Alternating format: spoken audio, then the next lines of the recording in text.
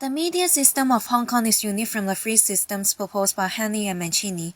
According to the criteria raised by Hanley and Mancini, Hong Kong media system has a strong media market, a large circulation with many news media, which has diversified views. There is generally no official connection between media and political parties, but some political stands align with political parties, while the media market is market-oriented. First, the system has a strong media market with huge circulation. Hong Kong media market is huge, which includes 55 daily newspapers, 679 periodicals, 2 domestic free TV channels, 1 government-funded public service broadcaster, 4 sound broadcasting license, and some online media as well. Although the print circulation in recent years is declining, the online media market started to grow up. The fields of online news occupied a large proportion of the population. The strong media market implies that Hong Kong citizens has both high willingness and means to receive news. Second, the fields among news media are diversified. There may be different versions of a piece of news from the field of pro-Beijing media and pro-democracy media as they have diverse political stance. Also, there are some neutral news media like Mingpao and South China Morning Post. Thus, audiences are better off when perceiving a single affair from different reporting angles. Third, the media system in Hong Kong has an instant and wide covering system. Quick internet thus allows news to be spread within minutes of publication. The advancement of such a network also allows citizens to become journalists. Thus, audience can receive instant news conveniently. Fourth, there is a strong media market competition except the case of free TV license. Since the media market in Hong Kong is mainly market-oriented, news media has to be outstanding in order to get the highest circulation of views. Some will choose to report important information in order to gain the credibility from the public, like Mingpao, while some will choose to report news in an interesting and attractive way so that they can attract more readers to read the news. Under this condition, all the news media has the incentive to try their best to explore and report astonishing news, and the audience can thus receive numerous news a day. Fifth, there is professional authority in the system. The Hong Kong Journalism Association is a non-subsidized and non-profit organization run by working journalists for the sole purpose of improving the working environment for the men and women who get the news in Hong Kong. The organization aims to protect public rights to know and the press freedom in Hong Kong.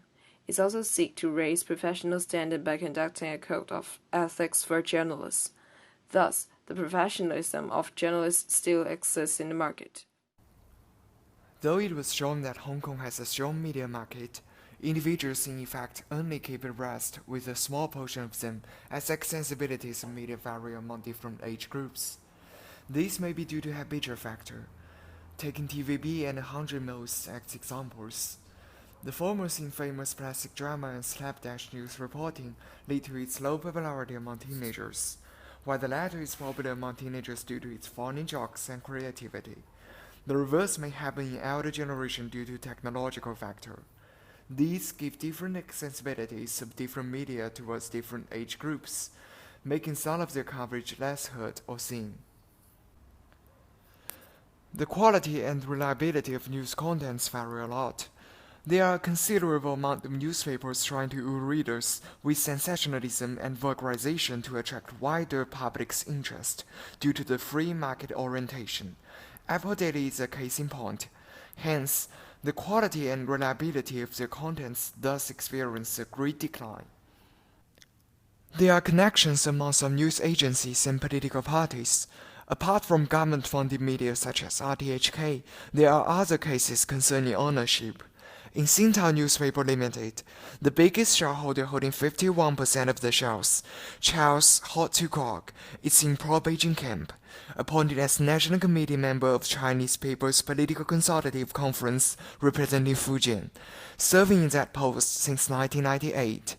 Different ownership backgrounds greatly influence the political stance of newspapers, the way of framing when covering news, and even the whole reporting system. Although the Basic Law and the Hong Kong Bills of Rights are established to protect the freedom of speech of media, these rights are gradually corroded these years. For instance, two presenters, Mr. Chen Ka-ming and Mr. Xiu Ka-chun from RTHK, were dismissed after high-profile participation in the Umbrella Revolution.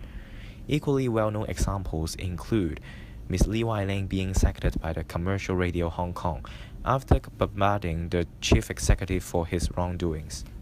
Recently, CY Leung even criticizes Undergrad, a publication of HKUSU, for publishing articles supporting the notion of independence of Hong Kong.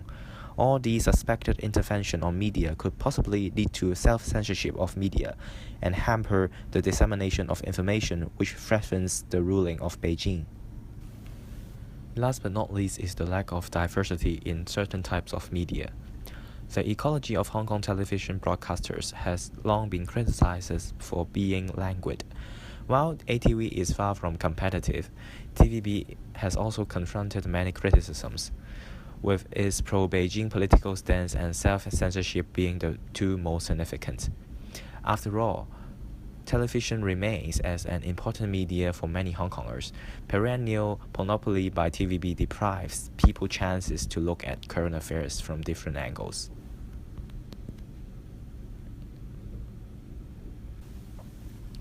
The purpose of the suggestion is to enhance the citizens' awareness and engagement into current affairs.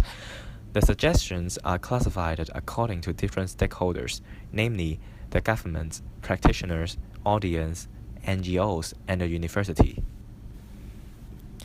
From the point of view of the government, it is suggested that it can increase its subsidies to the media in Hong Kong as the government in Scandinavian model does.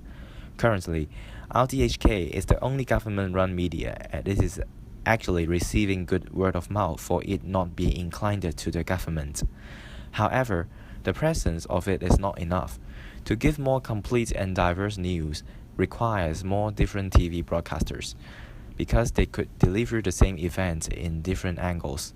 This could alleviate the framing effect currently imposed to Hong Kongers by a few big broadcasters. Practitioners, including owners of media, editors, and journalists, are to raise their average credibility and code of ethics standards, which has been deteriorating in the past few years.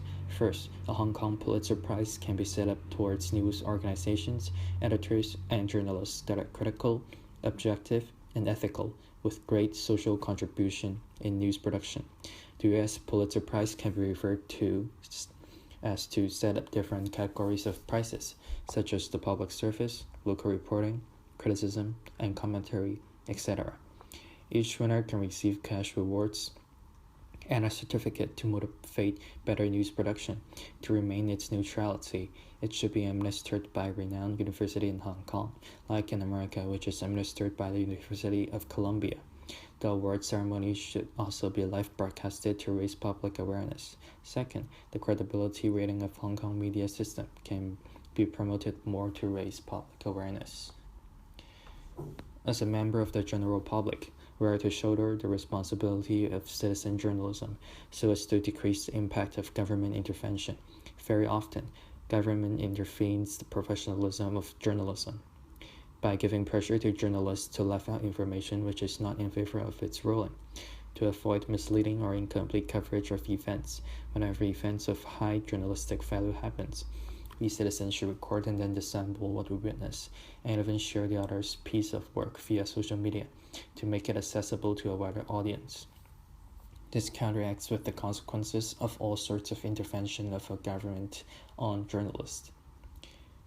From the perspective of third parties such as universities and NGOs, promotion and education about the importance is a way to raise the deteriorating credibility and professionalism of Hong Kong media, though there are codes of ethics listed in websites of NGOs like HKJA. The codes are not renowned enough among the Hong Kongers.